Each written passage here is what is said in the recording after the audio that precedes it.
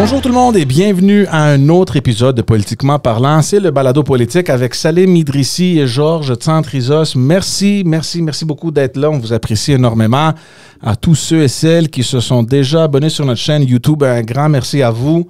Vous pouvez évidemment nous suivre sur tous les réseaux sociaux. On est sur toutes les plateformes audio, Spotify, Apple Podcast, Amazon. On est littéralement partout. Allez nous trouver, suivez-nous, commentez et on l'apprécie énormément.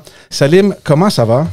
Écoute, j'aimerais te dire que je vais super bien. En fait, je veux dire, santé, tout va bien, maison, tout va bien, etc.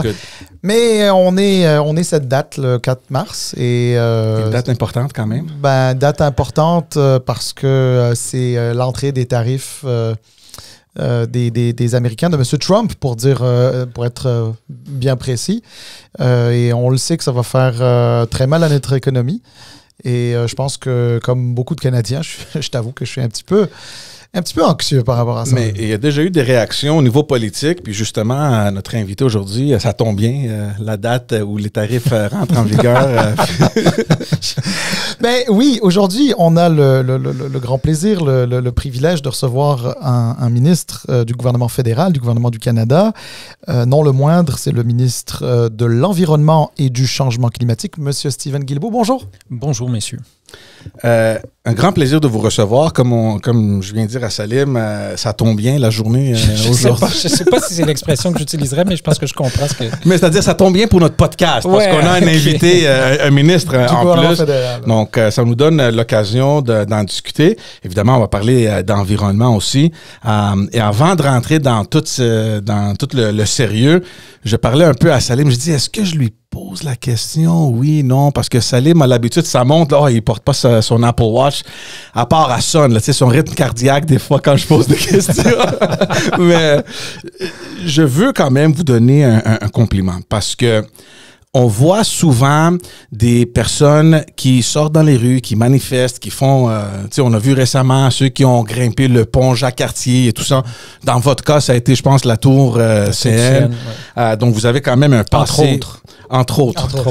Donc, vous avez quand même... Il y a eu plusieurs arrestations dans mon passé de militant. C'est ça. Donc... Toutes pour des raisons professionnelles. Et on n'en doute pas, mais j'avais toujours le réflexe, quand je voyais ces choses-là, je disais... Parce que ça prend l'énergie, ça prend de l'organisation, ça prend une motivation de faire ces coups-là. Et je me disais toujours, ces personnes-là, s'ils prenaient une fraction du temps que ça leur prend pour organiser, pour planifier, pour faire toutes ces choses-là, pour devenir un député ou une députée et être en position de faire le changement qu'ils souhaitent, pourquoi ils ne le font pas? Et j'étais très content quand j'ai vu votre nom comme candidat du Parti libéral du Canada. J'ai dit, bon, ben voilà un exemple. Quelqu'un qui a passé toute sa vie dans les rues, sur le haut des bâtisses, n'importe où. Finalement, il sera dans une position privilégiée d'amener un changement.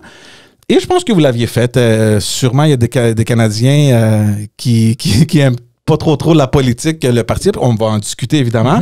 Mais quand même, c'est quelque chose, je pense, qui mérite d'être souligné. Merci, Georges. Non, vous pouvez.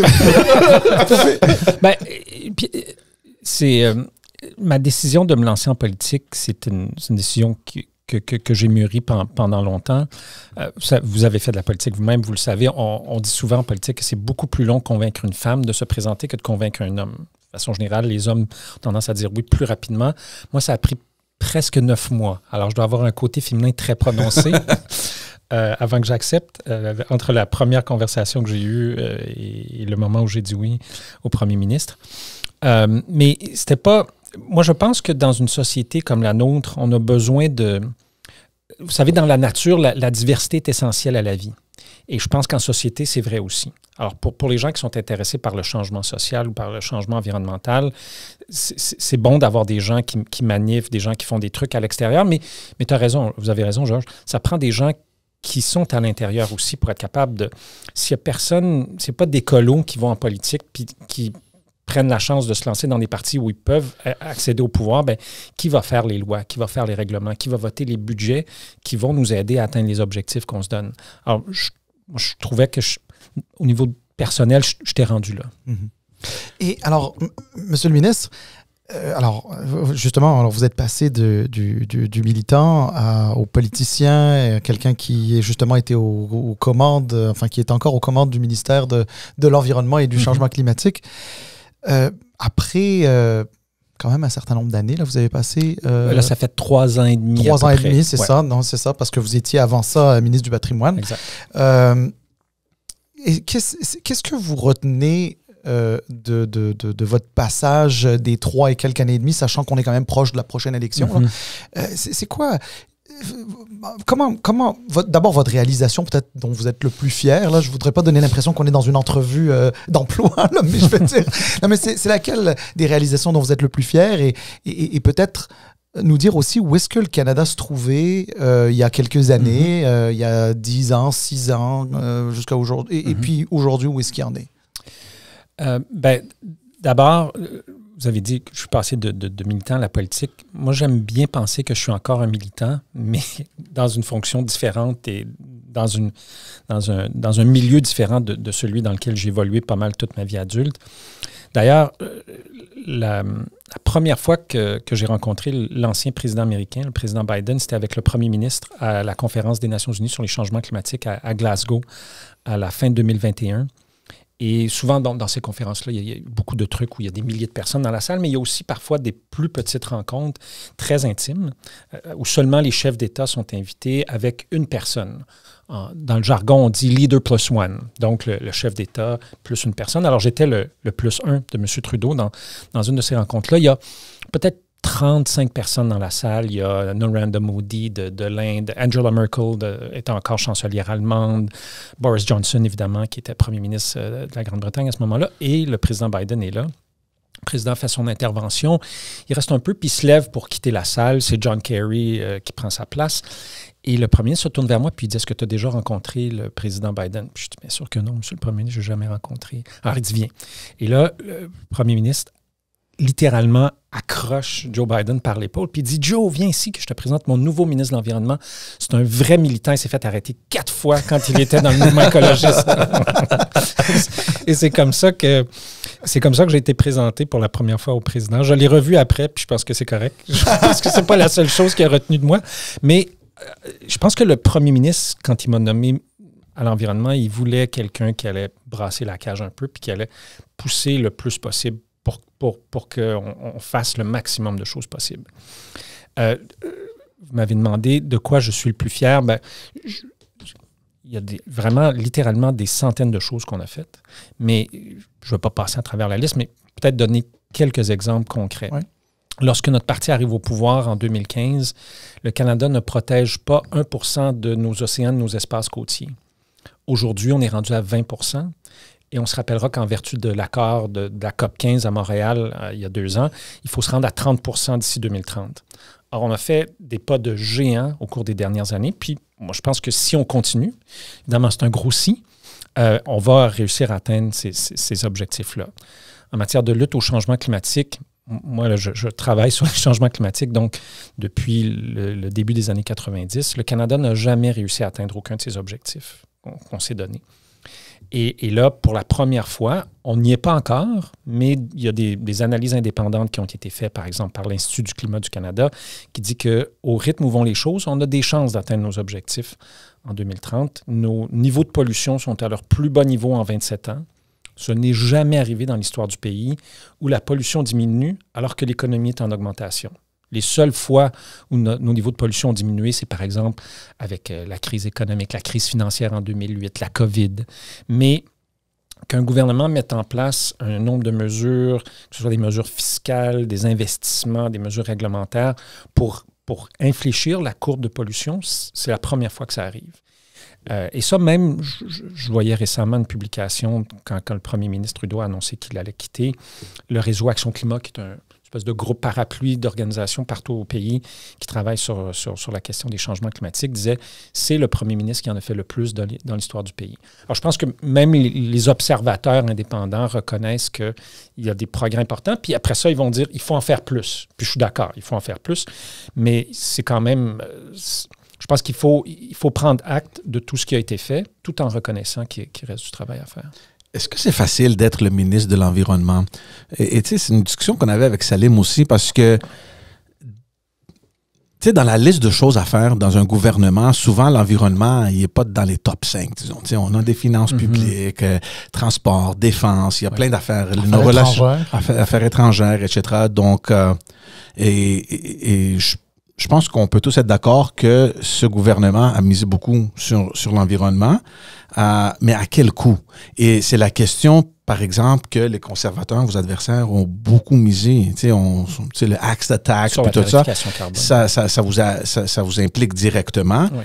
Et on peut dire que c'est peut-être la chose qui a fait tomber un peu, pas le gouvernement, mais qui a poussé un peu Justin Trudeau à la démission. On peut y revenir.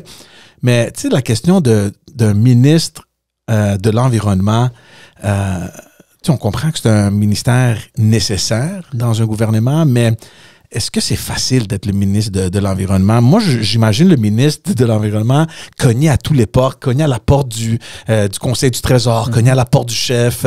Il y a plein d'affaires que vous devez demander et vous devez savoir que dans la liste des priorités, peut-être c'est pas dans les priorités, disons.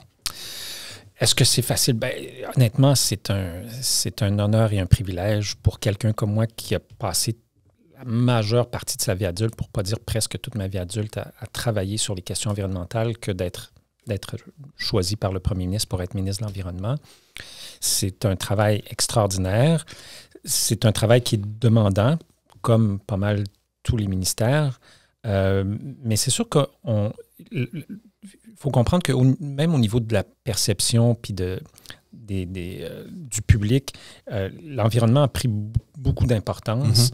Donc, si vous m'aviez posé la question il y a 10 ans ou il y a 15 ans, ben, probablement que la réponse aurait été « c'est tough ».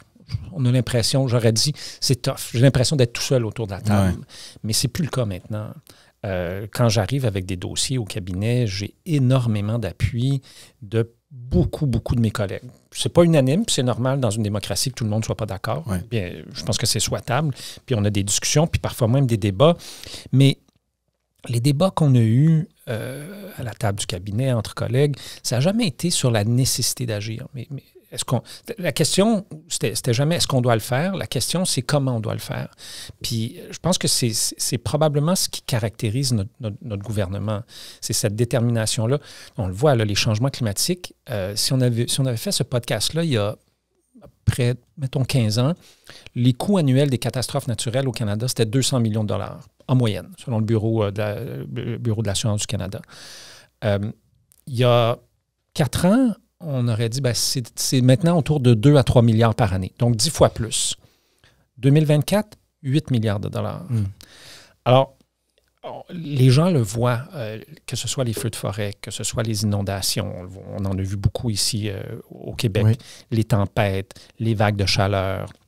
Les gens prennent conscience de l'importance de cet enjeu-là, que ce soit le climat ou de façon plus générale, l'environnement. Alors, c'est beaucoup plus facile maintenant, je pense, dans ce gouvernement-là. Être ministre de l'Environnement dans un gouvernement conservateur de Pierre Poilievre, je pense que la personne qui va être nommée là, ça va être une marionnette. Ça va être quelqu'un qui aura un mandat de tout défaire puis de rien faire avancer. Mais dans le gouvernement de M. Trudeau, c'était un des postes importants. Là. J'avais beaucoup de temps d'antenne. C'était une priorité pour le premier ministre. C'était une priorité pour notre parti. Puis lorsqu'on regarde les sondages, par exemple, qu'on fait à l'interne, c'est la question sur laquelle les gens nous font le plus confiance, de nous attaquer aux problèmes environnementaux. Et c'est vrai que, évidemment, l'opinion publique puis les priorités des citoyens et des citoyennes changent au fil du temps, je pense que dans les prochaines semaines et probablement les prochains mois, ça va être beaucoup les tarifs, comment on répond, l'impact économique. Mais ce qui caractérise ce qu'on assiste en environnement au cours des dernières années, c'est qu'il y a 15 ans, il serait arrivé une crise économique, l'environnement serait tombé au 12e rang des priorités. Là, c'est au 4e, 5e rang au niveau national. Alors, ce n'est pas la priorité numéro 1, mais ce n'est pas dans la cave non plus des priorités de la population. Oui. Mais alors, c'est très intéressant ce que vous étiez en train de dire et ça a allumé une petite lumière chez moi, justement en lien avec aussi la question de Georges. C'est vrai, on peut ressentir chez les gens un intérêt plus fort pour les questions environnementales et de changement climatique. Ça, c'est vrai. Puis, je parle pour moi-même, je me sens beaucoup plus concerné par ça. D'ailleurs, il y a eu un élargissement de la consigne en fin de semaine ici au Québec. Et j'ai déjà commencé à introduire ça à mes enfants en leur disant, regardez, votre argent de poche, là, ça va être tous les contenants qu'on va ramasser, qu'on va les déposer dans... Mon fils a fait beaucoup d'argent avec ça. Le jeune, il était très organisé. C'est ça. Puis en plus, encore plus. Maintenant, c'est 10 cents. Puis en plus, ça a été élargi à l'ensemble des contenants. Quasiment, c'est-à-dire à 100 millilitres à 2 litres, là, je pense. Et puis, ça va l'être encore plus dans 2 ans.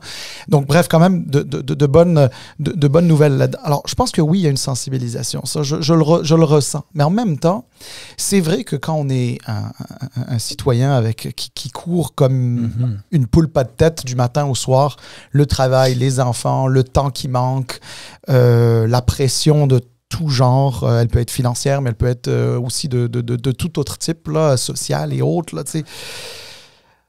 souvent, on se dit, les changements climatiques, on en demande beaucoup aux citoyens.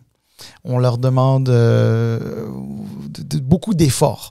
Et j'adhère à ça, dans le sens que oui, tout le monde, ça commence quelque part, il faut changer un peu nos habitudes aussi, etc. Mais je fais le lien un peu avec justement la taxe carbone, comment elle a été interprétée par certaines personnes, été interprétée peut-être comme étant un fardeau supplémentaire qu'on met sur les gens plutôt que sur des industries ou autres. Le Québec, où il n'y a pas de taxe carbone... Puisque le Québec a son propre système. Exactement, mis en place par le premier ministre Charest, qui a déjà essayé d'être conservateur à la place de monsieur Poilièvre. Mais enfin, lui, plus dans l'optique plus progressiste conservatrice, là, quelque chose qui est plus connu, en tout cas ici au Québec. Un mouvement qui subsiste peut-être encore un petit peu au Québec. Lui est arrivé avec un mécanisme de marché, ce qui rime très bien avec un conservateur qui est intéressé par les mécanismes de marché, pour pouvoir avoir un prix sur le carbone sans nécessairement que ce soit une taxe pour le consommateur. Pourquoi est-ce qu'on n'a jamais pensé à ça au niveau du gouvernement fédéral en fait, les dernières années? Je me permets respectueusement de vous corriger. Oui, bien sûr. Puisque lorsque M. Charest était premier ministre ici au Québec, il a d'abord mis en place une taxe sur le carbone. Et c'est M. Couillard, par la suite, qui a transformé cette taxe-là en système de marché, le système de plafonnement et d'échange. J'ai beaucoup travaillé avec une succession de gouvernements du Québec, que ce soit le gouvernement libéral ou le gouvernement du Parti québécois, sur ces questions-là à l'époque. Ultimement, ces deux systèmes-là font la même chose. On met un prix sur la pollution. Si on met un prix sur la pollution au niveau industriel, par exemple, il est probable que de façon plus discrète, voire cachée, ce prix-là va vous être filé. Vous allez finir par payer la facture quand même. Le grand avantage du système fédéral, c'est que là où le système fédéral s'applique, donc dans les provinces où il s'applique, ce qui n'est pas le cas au Québec, il y a une remise. Donc, on redonne de l'argent aux gens pour les aider à supporter le coût de la transition écologique. On ne veut pas que ça soit porté par les individus. Et je pense que notre action en matière de lutte au changement climatique, elle a beaucoup cherché à faciliter à la fois pour les entreprises, mais aussi pour les individus. Donc, des investissements records en transport collectif pour que ceux et celles qui veulent avoir accès à des trains de banlieue, à des métros. Il y a 400 km de métro en construction présentement. Là. On fait Montréal-Québec aller-retour avec les métros qui se construisent partout au pays. L'achat d'autobus électriques, les investissements en électrification des transports pour ceux et celles qui veulent passer à la voiture électrique, que ce soit plus facile. Donc, notre action en matière de lutte au changement climatique n'a jamais été de faire porter ce fardeau-là aux citoyens, mais de les accompagner dans la transition. Les gens c'est un système qui était complexe et je pense qu'on ne l'a peut-être pas toujours bien expliqué, mais la réalité, c'est que là où le système fédéral s'applique, les gens à qui on impose la tarification reçoivent plus d'argent de la remise, en moyenne. En fait, 8 familles sur 10 reçoivent plus d'argent qu'ils n'en dépensent, mais ils ne le voient pas, ça. Il y a beaucoup de gens qui comprennent. Alors, je pense qu'on aurait eu un travail de communication, un meilleur travail de communication à faire là-dessus. Mais c'est sûr que c'est plus facile de dire axe de taxe et que de dire, vous savez, il y a des changements climatiques. Pour faire face aux changements climatiques, l'un des meilleurs systèmes, c'est de mettre un prix sur la pollution. Alors, on met un prix sur la pollution au niveau industriel qui est 3 fois plus important que le prix que les citoyens payent. On aide les citoyens par une remise. Le temps que j'ai fini de dire ça, les gens ont changé de canal. Là, ils sont rendus ailleurs. C'est vrai. Et alors, donc, le fardeau de la preuve était plus difficile sur nous. Puis M. Poilievre a menti pendant des années. Leur publicité était mensongère sur les impacts de la tarification. Alors, il y a plusieurs facteurs qui ont contribué à faire que c'est... Moi, je continue de penser que c'est une bonne politique publique, mais qui, d'un point de vue de l'acceptabilité sociale, maintenant, passe de moins en moins le test. Alors justement, parce que là, vous faites... On va transitionner un petit peu, parce que ça, c'est intéressant. Je disais en début d'épisode, on est le 4 mars. Le 9 mars, c'est la fin de la course à la direction du Parti libéral du Canada. Je suis pas mal sûr d'avoir lu que vous étiez avec M. Carney. En tout cas, vous lui aviez accordé votre support. Exact. M. Carney, mais aussi votre ancienne collègue au cabinet, Mme Freeland, ont déjà annoncé que ce soit l'un ou l'autre qui l'emportait, cette taxe allait disparaître. Le volet consommateur. Le volet consommateur, Parce qu'il y a un volet industriel à notre système de tarification fédéral qui nous donne 3 fois plus de réduction d'émissions que le volet consommateur. Et dans les 2 cas, que ce soit Chrystia ou Mark Carney, ils ont annoncé, même M. Carney veut renforcer le système de tarification industrielle. Mais vous avez raison que pour le volet consommateur, tous les 2 ont dit qu'ils voulaient l'abolir. Oui, alors avant de redonner la parole à George, donc est-ce qu'on peut expliquer votre soutien à M. Carney par le fait que M. Carney a une sensibilité écologique, environnementale, de par notamment aussi son application auprès des Nations Unies sur les changements climatiques. Est-ce que vous pouvez élaborer un petit peu? Oui.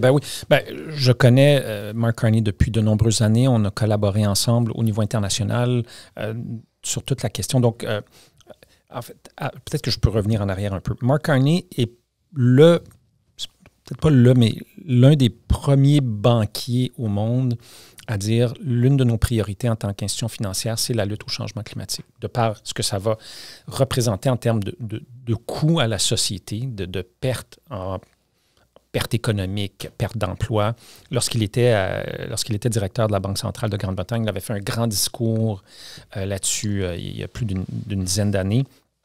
Et depuis, il a été très, très, très actif, à tel point qu'il est maintenant, peut-être qu'il ne l'est plus présentement, mais il a été pendant de nombreuses années conseiller spécial du secrétaire général des Nations Unies sur la finance climatique. Donc, comment la finance peut être au service de la lutte au changement climatique.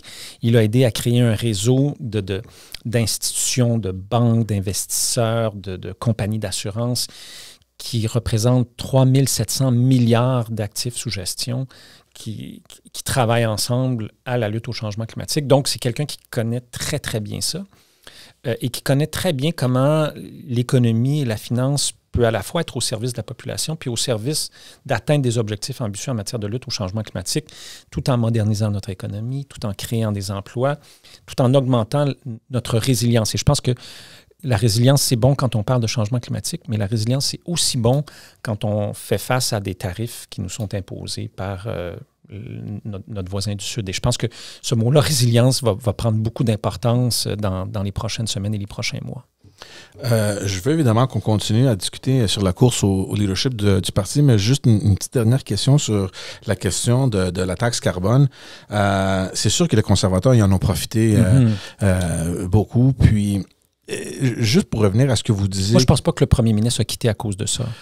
George, tout à l'heure, je ne partage pas votre opinion. Même qu'il était prêt à faire une autre campagne et pour défendre la tarification, il en a parlé publiquement. Lui et moi en avons parlé ensemble. Je pense qu'il y a plusieurs raisons qui ont mené à son départ. Je ne pense pas que celui-là soit Mais peut-être, on peut s'entendre sur le fait qu'on ne s'entend pas là-dessus. Non. C'est très correct. Moi, je le vois plus de la perception des gens quand les messages que nous recevons sont constamment axe tax. Ils ont fait une campagne magnifique. Il faut l'accorder, il faut leur donner ça aux conservateurs. C'est leur job, de toute façon, comme opposition, de faire ce travail-là. Il y a eu une pression quand même élevée. Peut-être je dis pas que c'est exclusivement.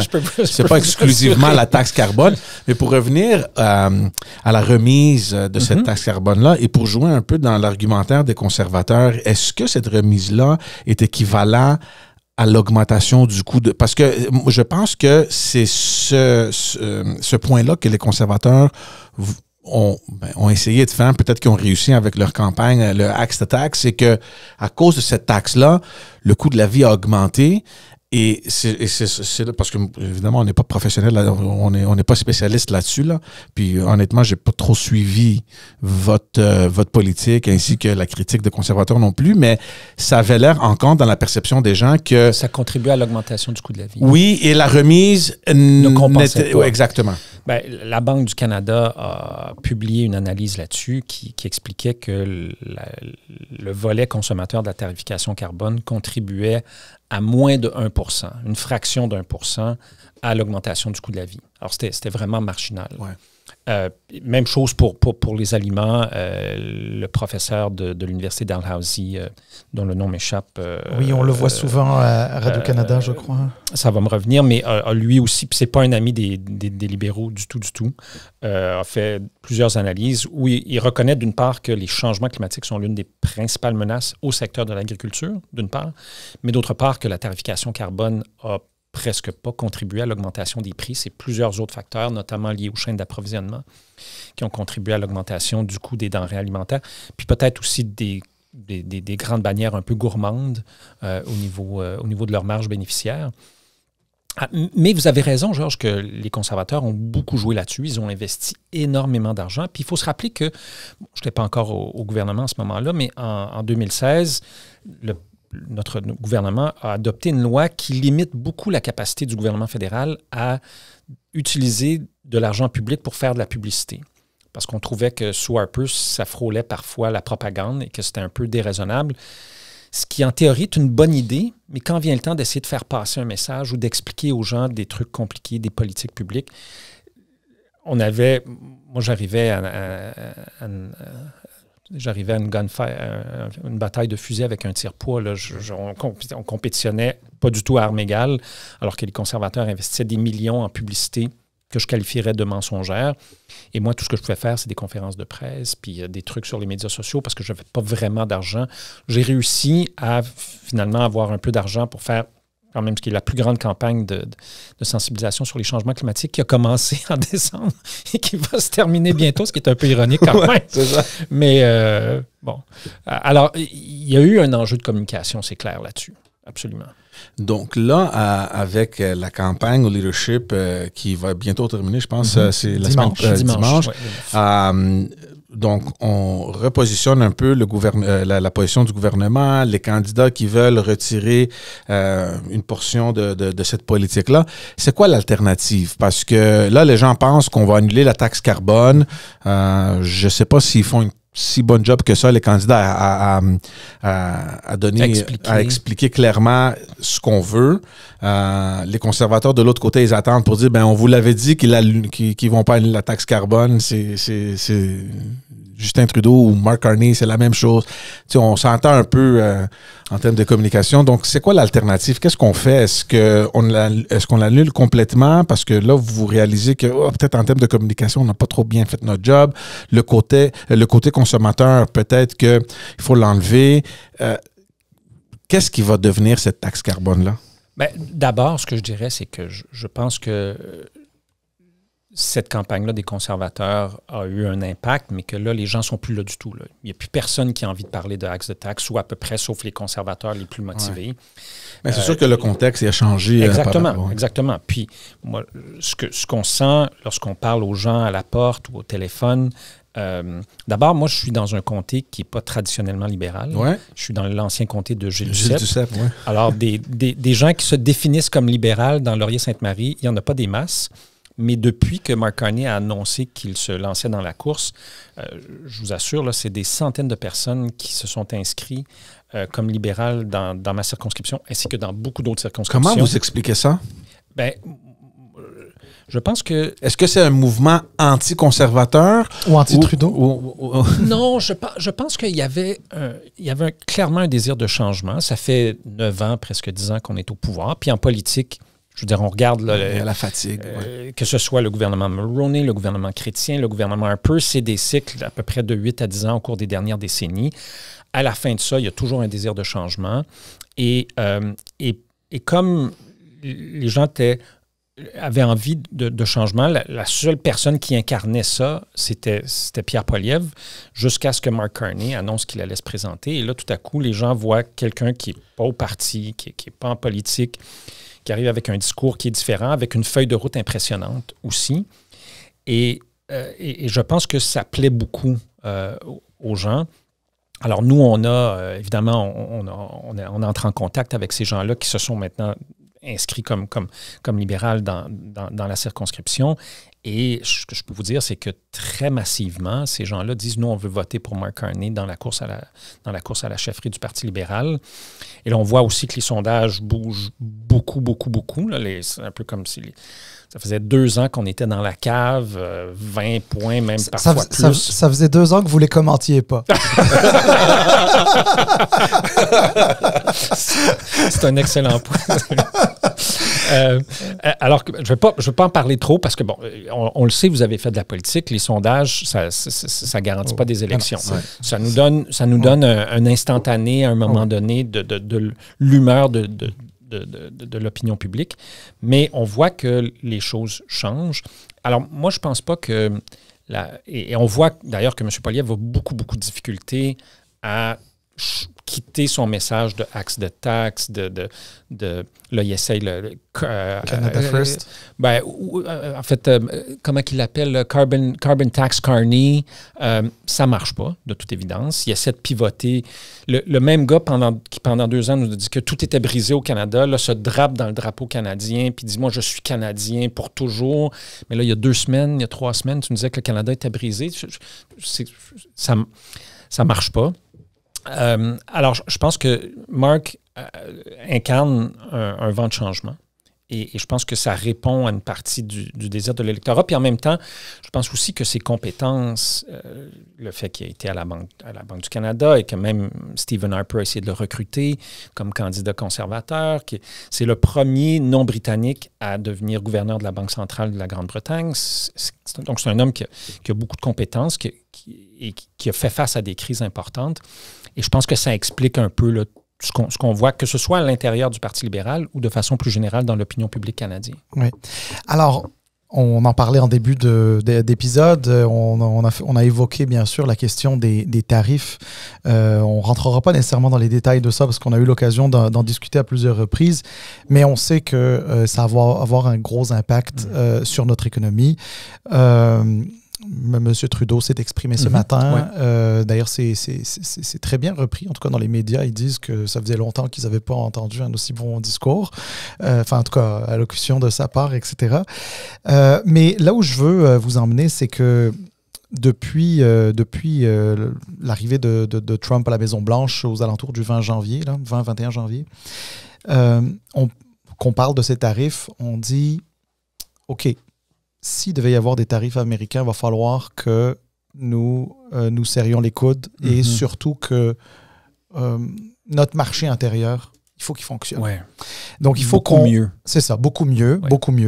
Il faut faire tomber le plus de barrières tarifaires possibles à l'intérieur même du Canada. Barrières tarifaires et non tarifaires. Oui, tarifaires et non tarifaires. Parce qu'il y a les deux. En fait, vous avez tout à fait raison. Je me suis un peu mépris, mais effectivement, on parle de barrières au commerce. Donc, tarifaires et non tarifaires. Tout à fait, absolument. Et là, tout d'un coup, il y a quelque chose qui était pas nécessairement très populaire, et je dirais pas nécessairement chez les gens, mais en tout cas dans les coulisses du pouvoir, disons, qui revient en force. C'est celle d'être en mesure de construire des pipelines, des oléoducs au Canada pour permettre à ce pétrole bitumineux, notamment de l'Alberta, de se rendre dans l'Est canadien pour être raffiné, plutôt qu'il soit raffiné aux États-Unis par des Américains et ramené au Canada par la suite, le tout en perdant des sous, parce que on l'exporte à rabais, et puis on réimporte raffiné, donc...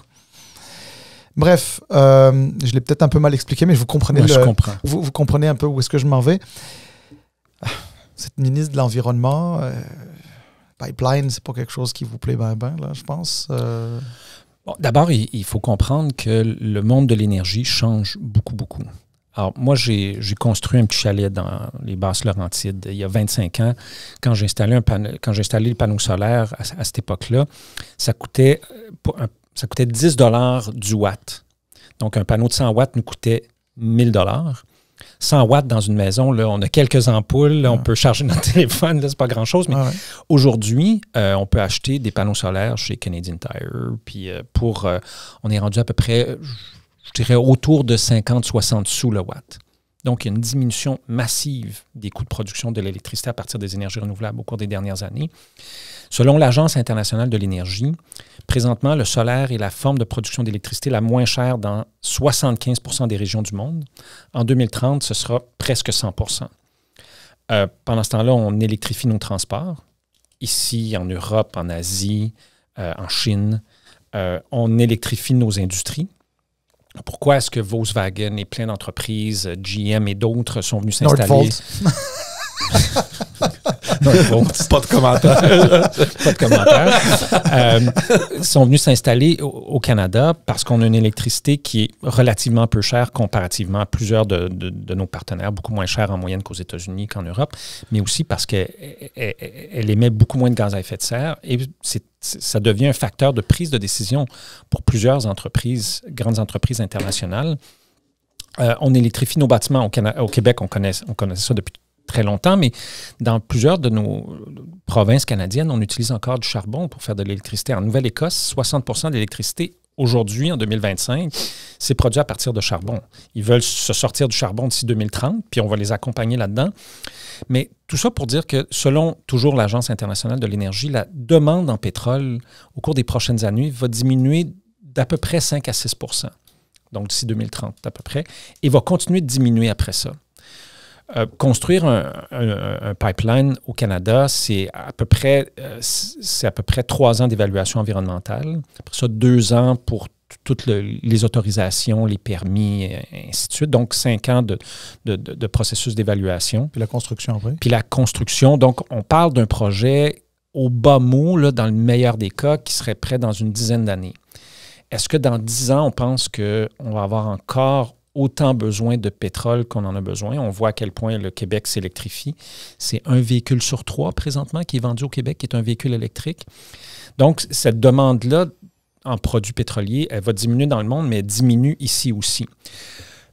Puis, ce que je dirais finalement sur la question des pipelines, c'est que moi, mon rôle comme ministre de l'Environnement, c'est d'être un peu un arbitre dans ces discussions-là. Nous avons réformé la loi sur l'évaluation environnementale. Nous avons créé une agence d'experts sur l'évaluation environnementale. Moi, je ne suis pas un expert. J'ai participé à je ne sais pas combien d'audiences du Bureau d'audience publique sur l'environnement quand j'étais chez Greenpeace, chez Équiterre.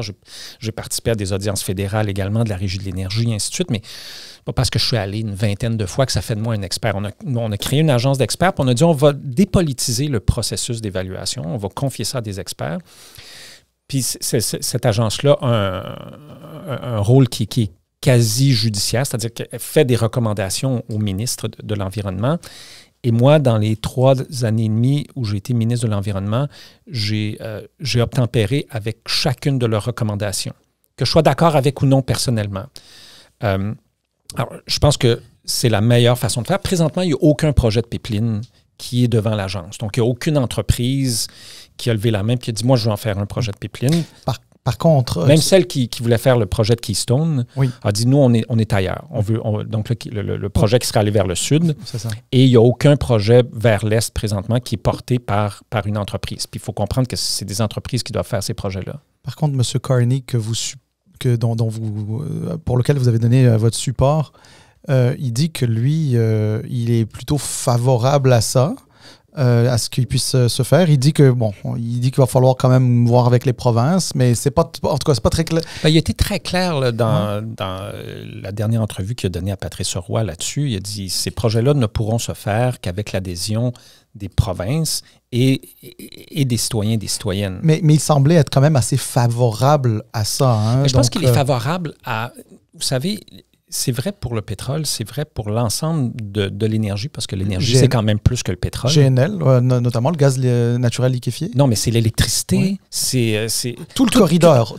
Parce que toutes nos infrastructures, une grande partie de nos infrastructures énergétiques, au sens large du terme énergie, sont nord-sud. Alors, Hydro-Québec exporte principalement vers les États-Unis. C'est ça. L'Ontario exporte principalement vers les États-Unis. Le Manitoba, principalement. Pétrole de l'Alberta, bon là, il va en avoir un peu plus vers l'ouest avec le projet de Trans Mountain, mais beaucoup vers les États-Unis. Et là, je pense que ce que M. Carney dit, ce que beaucoup d'autres gens disent, c'est qu'il faut avoir une réflexion sur est-ce qu'on ne veut pas avoir plus d'échanges énergétiques est-ouest ou ouest-est, là, mais donc, par exemple, il y a certaines, ce qu'on appelle des interconnexions entre le Québec et l'Ontario. Est-ce que ça ne pourrait pas être bonifié? Est-ce qu'on ne pourrait pas avoir plus d'échanges d'électricité entre les deux provinces? Est-ce que, même chose entre la Saskatchewan et le Manitoba, l'Alberta et la Colombie-Britannique. On le voit avec le Québec et les Maritimes présentement, des discussions avec Terre-Neuve et d'autres provinces. Alors, je pense que ce que M. Carney a dit, puis je ne veux pas parler à sa place, mais c'est qu'il faut avoir une réflexion plus large sur la question de nos échanges énergétiques, où là, on est très dépendant des États-Unis. Puis peut-être que... Est-ce que ça peut inclure le pétrole dans la conversation? Je pense que oui. C'est ça. En tout cas, honnêtement, c'était pas mal ma compréhension. C'est qu'il était ouvert à ça. J'ai pas dit qu'il a dit « je vais le faire », mais je comprenais ça là-dedans. Mais d'autant plus que quand on veut devenir premier ministre du Canada... évidemment, il y a la question de l'unité canadienne. Puis là, on peut s'entendre quand même qu'en Alberta, ça grogne très fort. D'ailleurs, juste une petite anecdote, j'ai été en Alberta il y a environ 1 an et demi. Puis, à ma grande surprise, j'avais rarement entendu... En fait, pourtant, j'ai travaillé pour des politiciens du Québec. Hein, donc, c'est quand même là, des gens qui ont été durs avec le gouvernement fédéral. Là. J'en ai croisé. Mais en Alberta, Mme Smith, je l'ai entendue s'en prendre au gouvernement fédéral, puis même, je vous dirais, à vous, plusieurs personnellement. Fois. Oui.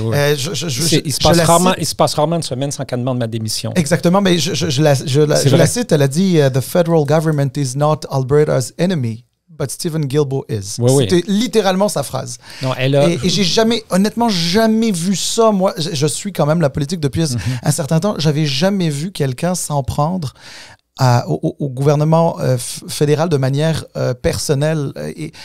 Alors, d'abord, comment vous expliquez ça? Parce que...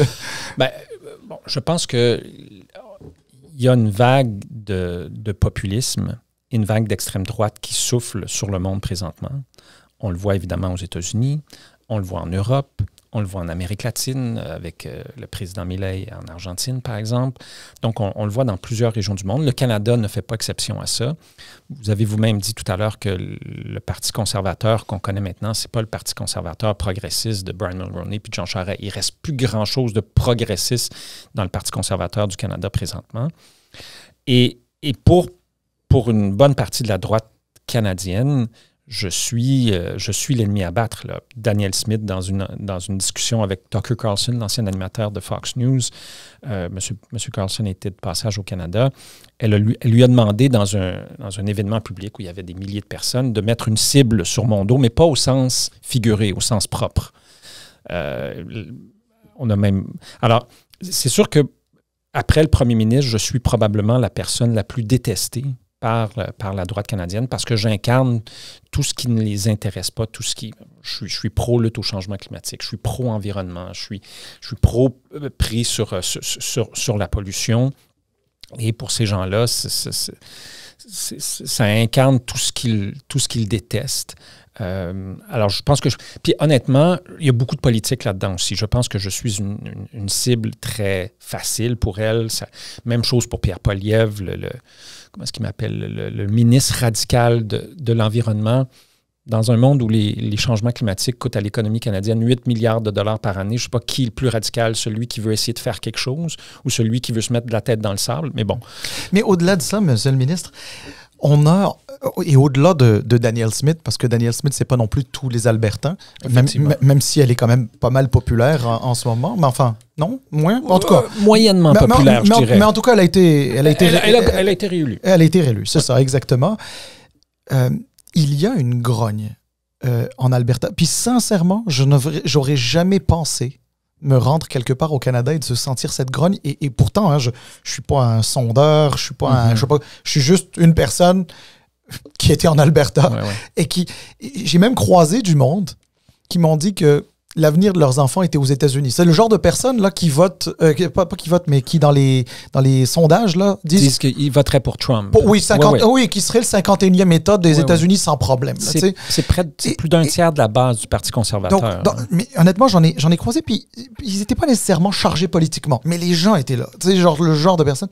Puis, sincèrement, je suis pas là, moi, au contraire, je suis tellement fier québécois, là, moi, je sais pas, je suis pas là pour faire la promotion d'une autre province de quelque manière que ce soit, mais je me dis qu'en Alberta, c'est leur économie, puis ils se disent, mais là, c'est parce que si on est dans la Fédération canadienne où on contribue à la péréquation des autres provinces, puis qu'on n'est pas capable de vendre notre pétrole et notre gaz,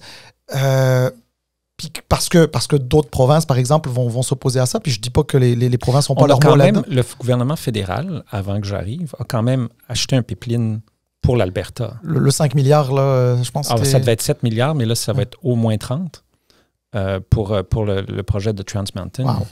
Et après avoir... Je veux dire, malgré le fait que le gouvernement fédéral, libéral, a fait ça, on a réussi à faire élire 2 personnes. En fait, on a perdu tous nos députés en Alberta après l'annonce de l'achat du pipeline par le gouvernement fédéral. On a perdu tous nos députés en Alberta. Donc, je pense que quand je disais qu'il y a une montée du populisme puis une montée de la désinformation aussi, c'était quand même, je veux dire, c'est un geste assez significatif que le gouvernement fédéral décide de payer, de s'assurer de toutes les consultations avec les Autochtones, toute l'évaluation environnementale, d'aller chercher tous les permis pour le bénéfice d'une seule province. Et malgré ça, il n'y a pas... Puis j'étais pas là, j'étais pas autour de la table du cabinet quand cette décision-là a été prise. Je soupçonne que le premier ministre et les gens qui ont pris la décision à l'époque l'ont pas prise pour des raisons politiques. Ils ne sont pas dit on va devenir populaire en Alberta. Mais cette perception-là que le gouvernement fédéral ne fait rien pour l'Alberta, c'est pas appuyé dans la réalité. Mais c'est une perception qui existe. Et c'est un peu paradoxal parce que moi, ça fait quand même longtemps que même quand j'étais à Équiterre, on travaillait beaucoup. Quand l'ancienne première ministre de l'Alberta, Rachel Notley, avait annoncé son plan de lutte au changement climatique, première ministre néo-démocrate en Alberta, elle m'avait invité à être sur la scène avec elle. J'ai une photo au bureau avec elle et d'autres, des chefs d'entreprise, des Autochtones, parce qu'elle voulait montrer que son plan était appuyé partout au pays. Donc, par des gens, pas juste en Alberta.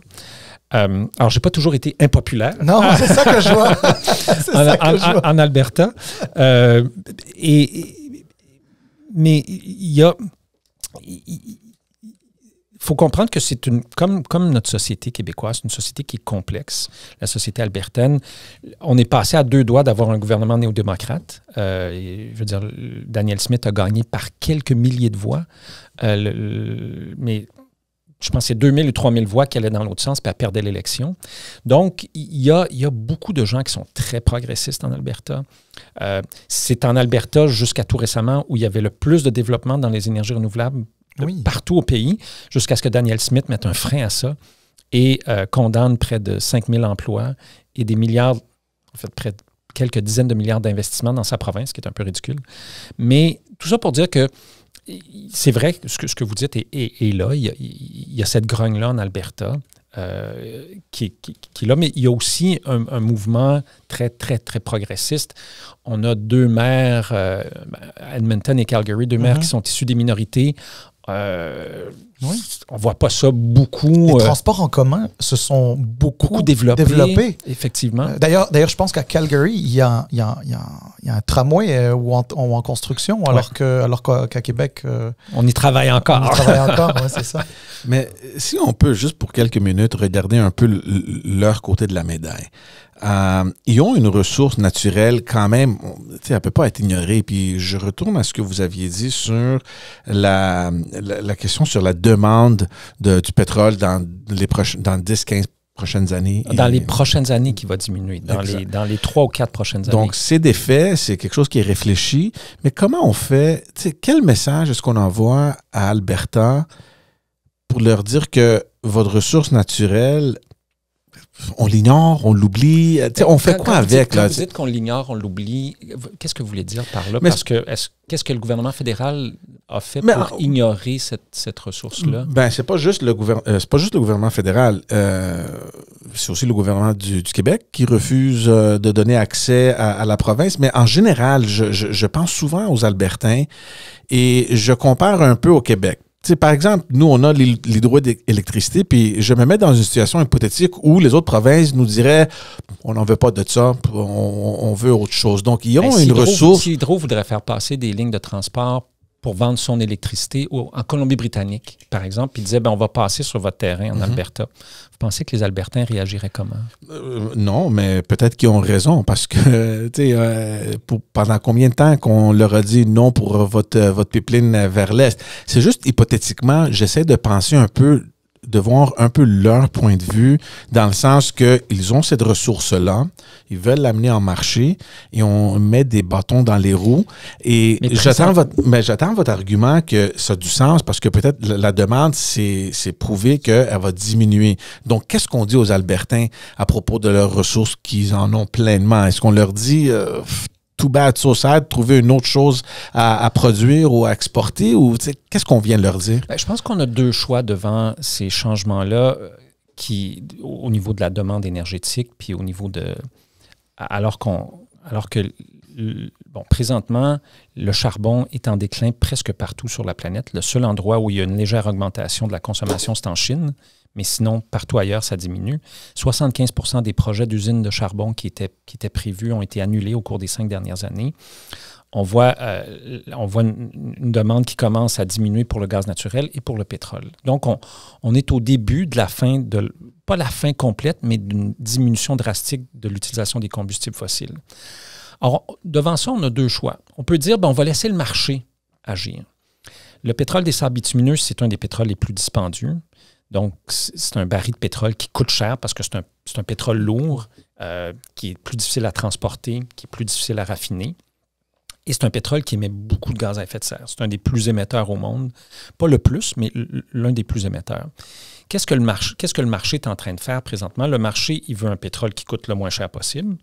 Puis un pétrole qui a le moins d'émissions de gaz à effet de serre possible parce que de plus en plus de pays ont des objectifs de réduction, les entreprises ont des engagements, les investisseurs de ces entreprises-là demandent aux entreprises pétrolières de réduire leurs émissions. Bien, si on laisse le marché faire, le marché, il va faire ce qu'il fait. Il va pas se préoccuper des communautés en Alberta puis de la province. Il va dire, so sad, mais nous, votre pétrole, on n'en veut plus parce qu'il est trop cher, parce qu'il émet beaucoup de gaz à effet de serre. Alors, on a 2 choix comme gouvernement. On laisse faire le marché ou on dit, travaillons ensemble sur un plan de transition. Les emplois, les investissements qui ont été faits, en partie grâce au gouvernement fédéral en Alberta dans les énergies renouvelables, c'est des milliers d'emplois, c'est des pipe fitters qui travaillaient dans les sables bitumineux qui maintenant travaillent à faire des projets solaires. C'est des soudeurs qui travaillent dans les sables bitumineux qui maintenant peuvent faire des projets éoliens. C'est des gens qui travaillaient dans le domaine du pétrole à qui maintenant on demande de travailler sur des projets d'hydrogène. Alors, comment est-ce qu'on diversifie l'économie de l'Alberta et par le fait même l'économie canadienne dans un monde où le pétrole, qui a été la source d'énergie dominante des 100 quelques dernières années, va l'être de moins en moins au cours des dernières décennies. Mais je comprends, moi je me mets dans la place d'un travailleur dans les sables bitumineux qui fait un job qui est super bien payé, avec un niveau d'éducation souvent qui est assez bas, puis il se dit, c'est quoi ma place, moi, dans ça? Puis je comprends que ça crée une incertitude. C'est pourquoi nous, on a travaillé à mettre sur pied, par exemple, une loi sur les emplois durables pour accompagner les gens qui vont être affectés dans ces secteurs-là. Au lieu de les abandonner puis de leur dire, arrangez-vous avec vos troubles, qu'est-ce qu'on peut faire comme programme de requalification? Comment on peut les accompagner pour qu'ils passent d'un emploi dans ce secteur-là à un autre emploi bien payé dans un secteur d'avenir? Je pense que c'est ça notre rôle, mais pour beaucoup de gens, ça crée une situation insécurisante. Ouais. Puis ça, je le comprends. Ça c'est un petit peu dans la cour de votre collègue Stephen McKinnon qu'on a eu la dernière fois, puisqu'il s'occupe effectivement de tout ce qui est requalification, etc. Le temps a pas mal filé. On est bientôt à la fin, mais alors, je comprends que vous vous représentez à l'élection? Absolument. Il n'est pas question que je ne sois pas sur la ligne de départ alors que Pierre Poilievre pourrait essayer de tout détruire ce qu'on a fait en environnement depuis une dizaine d'années. Et donc là, dimanche prochain, on va savoir qui est le prochain chef du Parti libéral du Canada et premier ministre. Pas très longtemps après. Il doit aller voir la gouverneure générale pour devenir premier ministre. Il sera d'abord chef du parti. C'est ça. C'est ça, exactement. Donc, ça va prendre peut-être 2-3 jours et peut-être un autre 2-3 jours pour, qui sait, déclencher des élections. C'est lui qui nous le dira. J'imagine que c'est ce que vous souhaitez, qu'il devienne premier ministre et que vous partiez en élection par la suite, aller chercher un autre mandat auprès des Canadiens? Il va y avoir une élection en 2025 d'une façon ou d'une autre, au plus tard en octobre. Quelle décision le gagnant ou la gagnante de la course à la chefferie? Bon, je pense que les sondages montrent que M. Carney est favori, mais c'est pas gagné. Toutes sortes de choses peuvent se passer dans ce type d'élection-là. Je pense que ses chances sont très bonnes. Après ça, ce sera à lui de nous dire à quel moment est-ce qu'il veut ramener le Parlement? Est-ce qu'il veut qu'on aille en élection plus tôt que plus tard pour avoir un gouvernement qui soit en place, qui pourrait faire face à l'administration Trump? Mais ce sera vraiment M. Carney de nous dire comment il veut faire ça. On va évidemment suivre ça avec beaucoup d'intérêt, puis dimanche arrive très rapidement. En même temps, il y a une position quand même forte, tant au côté des conservateurs que du côté des bloquistes, surtout ici au Québec. Donc, il y a plein d'enjeux. Puis moi, c'est ça que je trouve intéressant parce qu'on a beaucoup parlé avec Salim, comment une petite chose peut faire basculer toute l'agenda politique. Il y a eu l'entrée de Donald Trump, et tout à coup, on a dit... Je ne sais pas si on peut dire que l'élection de Donald Trump était une petite chose. Moi, je comprends ce que vous dites. Un élément, en tout cas. Un élément. C'est un élément parce que quand on regarde que pendant les peut-être au moins 2 dernières années, tout ce qu'on attendait, c'est Axe the Tax, Carbon Tax Carney, toutes sortes de slogans, Justin doit partir, etc. Just Inflation, toutes ces choses-là. Puis tout à coup, c'est fini ça. C'est la stratégie, c'est garbage, puis il faut repenser toute une stratégie. Donc, ça va être quand même intéressant. Un dernier mot peut-être avant de quitter, M. Guilbeault? Merci de m'avoir invité. C'était une discussion qui était très intéressante. Et vous avez raison. Je pense que les prochaines semaines, prochains mois vont être... moi, je pense qu'ils vont être déterminants pour l'avenir de notre pays. Je pense qu'on a 2 visions très, très, très différentes du Canada qui vont s'affronter. Celle de Pierre Poilievre qui essaie de nous faire croire qu'il n'est pas vraiment avec Donald Trump, alors que Elon Musk chante ses louanges. Je ne sais pas combien de publications Elon Musk a fait pour dire que Pierre Poilievre est extraordinaire, que plus du tiers de la base du Parti conservateur voudrait que le Canada devienne le 51e État des États-Unis, puis aurait voté pour Donald Trump. Puis il y a notre vision qui est complètement différente d'un Canada qui est indépendant, qui est fort. Oui, on va traverser des moments difficiles. Ce n'est pas la première fois qu'on traverse des moments difficiles en tant que nation au cours des dernières années. Puis on a été capable de faire face à ces vents de face-là. Puis moi, je suis confiance qu'en travaillant ensemble, on est capable de faire face à ce qui s'en vient. Monsieur le ministre, merci pour votre temps et pour cette discussion. C'était fort agréable. Merci beaucoup.